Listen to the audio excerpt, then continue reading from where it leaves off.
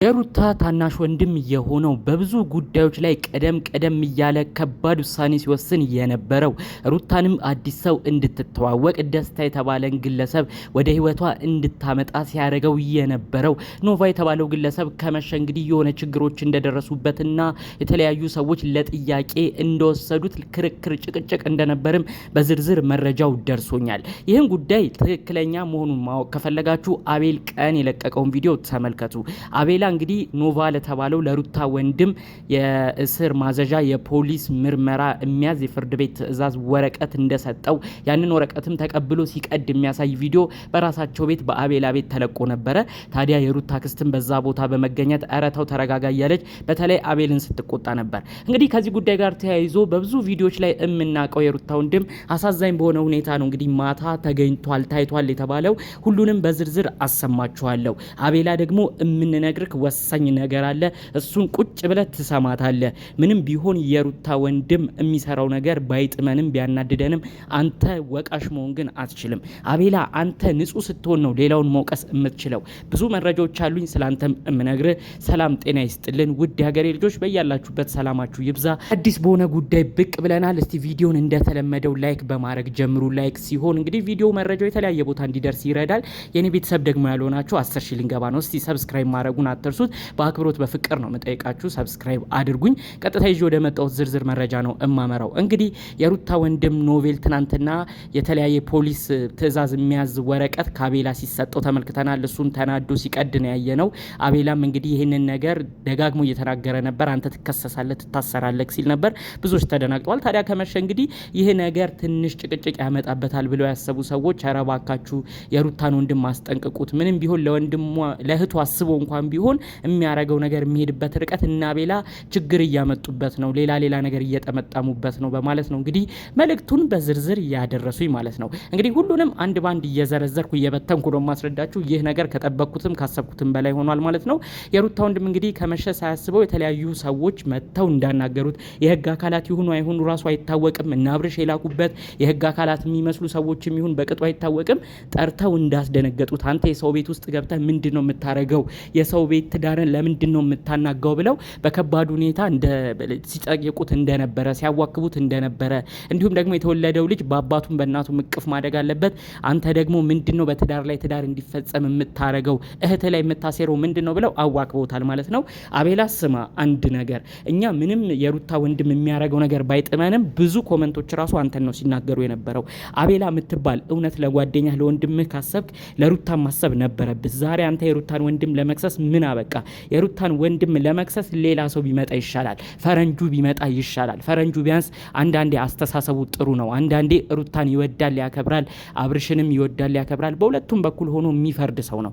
አንተ ግን ለሁለቱም እማትጠቅም ነህ። በተለይ ደግሞ ጓደኛህን አብርሽን የጠቀምክ መስለህ ሩታን ስትጎዳ የነበርክ፣ ሩታን ስታስለቅስ የነበርክ ነህ። እኛ አይደለም ይሄንን ያለህ፣ አክስቷ ራሱ ብዙ ነገር ነው የተናገረች። ይህ ቢገባህ ለአንተ ትልቅ ነገር ነው። አክስቷ እኮ ብሽቅ ብሏል ውስጧ። አክስቷ እኮ ውስጧ ንድድ ቅጥል ብሏል። እና ደግሞ ይህ ነገር እንዴት ነው እንደዚህ የሚትሆነው? እንዴት ነው እንደዚህ የሚቀጥለው? እያለች ነው ስትናገር የነበረው። ከዛም ባለፈ መልኩ ሩታን እኮ ሰድባሃት ነው የሄድከው ሁሉ ተብልሃል። ስለዚህ አንተ እውነት ለአብርሽና ለሩታ ልጅ ተጨንቀህ ነው የሩታን ወንድም ልትከስ የመጣኸው? ይህ በአንተ አያምርም። የሩታ ወንድም አንተ ደግሞ የምትሰማኝ ከሆነ አትደናገጥ። እነዚህ ሰዎች የእውነት የህግ አካል ይሁኑ አይሁኑ አይታወቅም። ትናንትም የፍርድ ቤት ማዘዣ ወረቀት ሲሰጡ ራሱ ይሄ ወረቀት ትክክለኛ ይሁን አይሁን አላቅም ነው ያልከው። ስለዚህ እባክህ ማንም ሰው ከህግ አካል ነን ብለው ሊወስዱክ ሲሞክሩ የማይሆን ነገር እልህ እየያዘህ የማይሆን ነገር ውስጥ እንዳትገባ የሩታ ወንድም እባክህ ሰከን ብለህ እነዚህ ነገሮች እውነት ከህግ አካል መምጣት አለመምጣታቸውን በስርዓት ለመጠየቅ ሞክር። እንደተባለው ከሆነ ብዙዎችም እንደሚያወሩት አንተን የሚያስከስስህ ነገር ያለ አይመስለኝም። ለእህትህ ጠበቃ ሆነሃል። ከዛ ውጪ እህትህ ቤት ኖርክ ብሎ ማንም የሚጠይቅህ ነገር ያለ አይመስለኝም። ስለዚህ እባክህ የነሱ መጫወቻ አትሁን። የሩታ ወንድም እኛ እኮ ለእህትህ በማሰብህ እንወድሃለን፣ እናከብርሃለን። አንዳንዴ ግን እልህ እየያዘህ የምታረገው ነገር ነው በቃኛ አይምሯችንን የሚነሳል። ይሄ ነገር ላይ ለምንድነው እንዲህ የሚሆነው? ይሄ ልጅ ለምንድነው እንደዚህ የሚዘናጋው ብለን ነው በጣም የምናዝንብህ የምንጨነቅብህ። ከዛ ውጪ እኮኛ ምንም ነገር አይመለከተንም። እባክህ እልህ ሳትጋባ ሩታንም ጥርስ የሚያስገባ ነገር ሳታረግ እህትህን መጠበቅ ትችላለህ። እኛም አንተ ልንደግፍህ ይገባል። አለበለዚያ ግን ለእነ አቤላ ክፍተት እየፈጠርክ ይኸው ጭራሽ እስከ ክስ አንተን አድርሰዋል። ስለዚህ አቤል ብትረጋጋ ይሻልሃል። የወንድማችን ምንም ምንም እንደማይሆን ነው የምነግርህ። አውቀህ የህግ አካል እያልክ የህግ አካል ሳይመጣ በራስህ ሲስተም እየፈጠርክ ልጁን ለማዋከብ የምታደርገው ነገር አንተ ላይ ጣጣው ጦሱ እንዳይመጣብህ ነው የምፈራው። ታዲያ ሩታ ወንድም ማታ ሲያናግሩት በጣም ተደናግጦ ነበረ። ከህግ አካላቶች ነን ምንድን ነው የምታደርገው ብለው ሲያዋክቡት እኔ ምንም ያጠፋሁት ነገር የለም ለእህቴ ነው ጠበቃ የሆንኩት፣ ያጠፋሁት ጥፋት ካለ በህግ የምጠየቅበት ነገር ካለ ልጠየቅ ፈቃደኛ ነኝ ብሎ መልእክቱን አስተላልፏል። በእርግጥም ደግሞ ቆም ብላችሁ ካሰባችሁ ተረጋግታችሁ ካሰባችሁ የሚያስጠይቀው ነገር ያለ አይመስለኝም ማለት ነው። በሌላ በኩል ደግሞ እንግዲህ እና አብርሽንም ማየታችኋል ብዬ አስባለሁ። አብርሽና ሄርሜላ ሩታና ደግሞ ደስታ ሆነው እንግዲህ መበሻሸቁን ቀጥለውታል። አሁንም ቢሆን በመካከላቸው ስለተፈጠረው ልጅ እያሰቡ አይደለም። የሚያዝናና ቪዲዮ ነው በእርግጥ ሲበሻሸቁ ሲተራረቡ፣ ነገር ግን ህይወት የሚባል ነገር አለ። ነገር ግን በመካከላችሁ ልጅ የሚባል ነገር አለ። አብርሽም ሩታም ልጅ በጋር ያላችሁ ሁለታችሁ ናችሁ። ሄርሜላ እንደፈለገች ብትተርብ እንደፈለገች ብትቀላለድ ምንም አይመስላትም። ህይወትን ካንተ ጋር አልጀመረችም። በሩታ በኩልም ያለው ደስታ የተባለው እንደፈለገ ቢሰደብ ቢቀለድበት ምንም አይመስለውም። ነገር ግን እናንተ አብርሽና ሩታ ግን እንዴት ለልጆቻችሁ አታስቡም? ወደፊት ስለሚመጡት ልጆቻችሁ እንዴት አትረዱም? ስለ ልጃችሁ ሞራል እንዴት አትጨነቁም? በመካከላችሁ ያለው ልጅ ወደፊት ሲያድግ ምን አይነት ቪዲዮ ነው ከናንተ የሚመለከተው? ጭራሽ ምንም እንደማይተዋወቅ ሰው ምንም አይነት ታሪክ አብሮ እንዳላሳለፈ ሰው በዚህን ያህል ደረጃ አንዱ አንዱን መተቸት አንዱ አንዱን መናገር ትክክል ነው ብላችሁ ታስባላችሁ? የእውነት ይህ እኔ ከአይምሮዬ ከህሊናዬ በላይ ነው የሆነብኝ። እንደው አምኖ መቀበሉ ራሱ እየከበደ ነው ያለው። እንዴት ሰው ተዋልዶ ብዙ ነገር አሳልፎ እንዴት እንደዚህ ይሆናል? ምንም ቢሆን ቤተሰቦቻችሁ ይተዋወቃሉ። ቡታጅራ አብረው የኖሩ ቤተሰብ ነው ያላችሁ። አብርሽና ሩታ አሁን ይለያዩ እንጂ እስቲ ቆም ብላችሁ ተመልከቱ።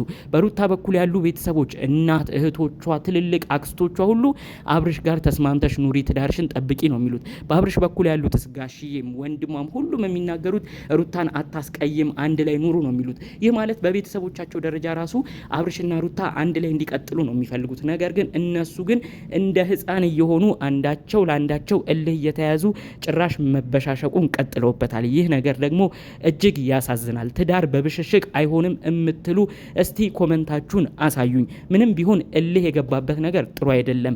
የፉክክር ቤት ሳይዘጋ ያድራል ነው የሀገሬ ተረቱ። ሁለቱም ሲፎካከሩ ትዳራቸው መበተኑ ነው። ሁለቱም ሲፎካከሩ ቤታቸው ሳይዘጋ ሊያድር ነው። እጅግ ያሳዝናል። በእነሱ በኩል ያሉ ሰዎች ምንም ላይመስላቸው ይችላል። እንዴት እነሱ ግን ይህን ነገር ቆም ብለው ማሰብ ያቅታቸዋል? ብዙ ሰው የተናደደው በዚህ ነው። ትናንትና ብዙዎቻችን ፈን እያደረግን ብንዝናናበትም ቪዲዮን የሚበሻሸቁት ነገር ትንሽ ፈገግ ቢያደረገንም እውነታው ግን እነዚህ ልጆች ትዳራቸውን ህይወታቸውን እያጡ ነው ያሉት። ስለዚህ እባካችሁ ቆም ብላችሁ ለማሰብ ሞክሩ ለማለት ነው የምፈልገው። በቀጣይ ቪዲዮ ቢቻል መበሻሸቁ በእናንተ መካከል ቢቀር ነው ምለው። ምንም ቢሆን ወልዶ የወለደ ሰው ተለያይቶ አይለያይም። ለልጆቻችሁ ለወደፊት የሚቀመጡ ታሪኮች ምን እንደሚሆኑ ቆም ብላችሁ ለማሰብ ሞክሩ ለማለት ፈልጋለሁ። በሌሎች ጉዳዮቻችን እስክንገናኝ ለዛሬ ይዘን የመጣነው መረጃ ይህን ይመስል ነበር። ሰላሙን ሁሉ ተመኘውላችሁ። ሰላም